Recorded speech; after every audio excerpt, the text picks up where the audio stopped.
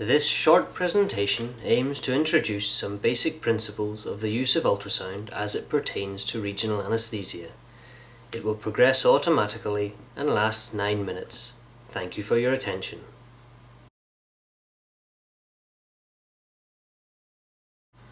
Ultrasound is mechanical sound energy of a frequency greater than 20 kHz.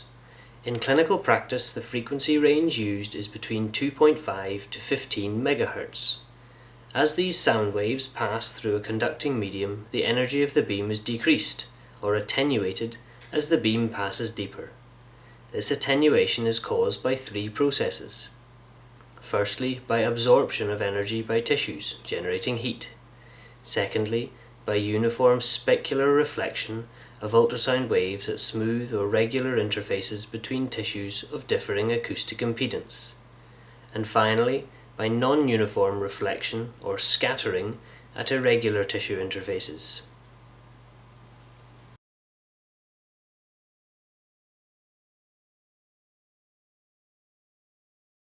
An ultrasound machine requires a number of different components. A pulsar applies high voltage in a cyclical fashion to crystals within the transducer array. This causes the crystals to vibrate due to the reverse piezoelectric effect, generating ultrasound waves. On return to the transducer, reflected ultrasound waves are transformed, due to the direct piezoelectric effect, into electrical energy. This electrical energy is received by a processor, which detects and amplifies these weak electrical signals before displaying them as an image. A memory system is also usually incorporated to enable the storage of images.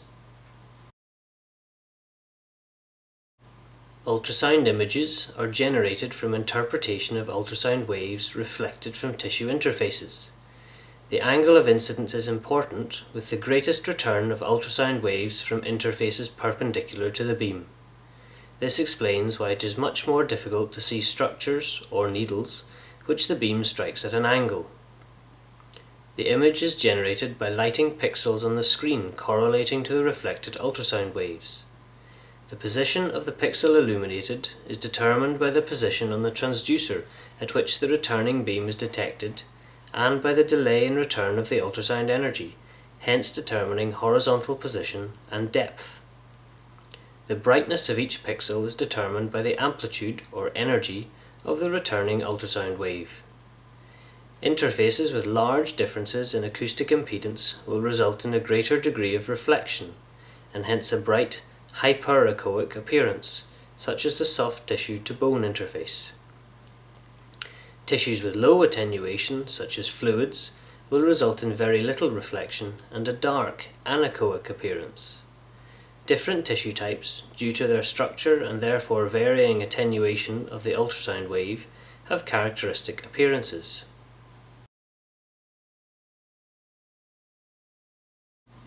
In performing an ultrasound scan, the first steps are to set up the machine and to optimize the image. This involves a few processes, and we will show you how to do this in our machines after this presentation. Our machines will guide you through the setup after pressing the Q Sonics button. The examination type to choose is self-explanatory, generally nerve block, musculoskeletal, or vascular access. You'll then be asked to select the appropriate probe. In general, this means using the linear high-frequency probe for relatively superficial scans, including the majority of regional anaesthesia techniques. This will give greater resolution near the surface, but, due to greater attenuation, a more rapid deterioration in image quality at depth. For deeper structures, select the low-frequency curvilinear probe. This allows better penetration at the cost of decreased resolution. Then select the appropriate imaging preset for the type of examination you are performing. Finally, either enter patient details or press Start Exam. Once the imaging screen appears and you have placed the probe, we need to optimize the image generated. For our variable frequency probes, start by selecting the optimal frequency. Again, select a higher frequency for superficial scans and a lower frequency for penetration. Adjust the depth of the image. Start deep for an anatomical survey, then decrease until the maximum depth is just below the structures of interest. Adjust the focal depth to the target area. Finally, adjust the gain level, if needed, to attain the best image.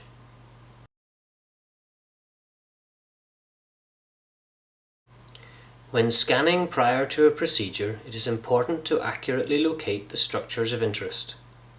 Start by identifying surface landmarks for the target structure to guide probe placement. Ensure you are clear on probe orientation with respect to the image generated. The easiest way to do this is to tap one side of the probe and correlate with the image. Then place the probe and perform a real-time anatomical survey. Look first for landmark structures such as blood vessels or bones. Take care to identify structures not to be traversed or entered in the vicinity of the procedure, using color Doppler to help identify blood vessels. Having found the target structures, trace their course to confirm identification and detect any anomalies.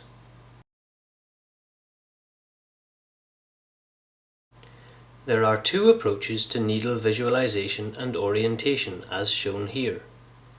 In-plane needling has the advantage of continuous visualization of the needle tip, but can be harder to learn.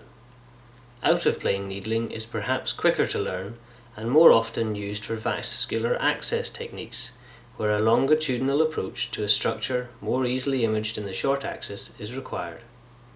It is harder to be sure of the location of the needle tip using this approach.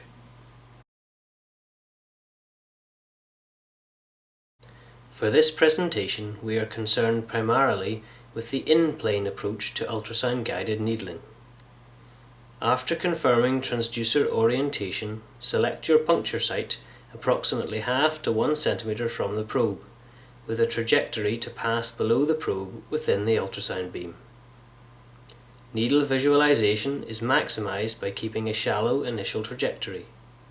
Tip location can be confirmed using small movements of the probe, by bouncing the needle with small in-out movements, and by using small volumes of injectate as hydrolocation. It is important to only advance when sure of the location of the tip of the needle. This slide shows the techniques used in handling the transducer to optimize needle and target imaging. The first step should always be to look at your hands to confirm at least gross alignment of needle and probe. Thereafter, refinement in a logical, stepwise fashion using the following techniques should produce the best view possible. Evenly applied pressure ensures good skin coupling with the probe and can be used to collapse blood vessels, reducing the chances of puncture or intravascular injection. Be careful not to press too hard, as this can make manipulating the needle beneath the probe much more difficult. A combination of sliding to detect part of the needle and rotation to bring the length of the needle into alignment is usually adequate. Occasionally, some tilt is required to bring the needle or target structure into a better view by improving the angle of incidence of the ultrasound beam.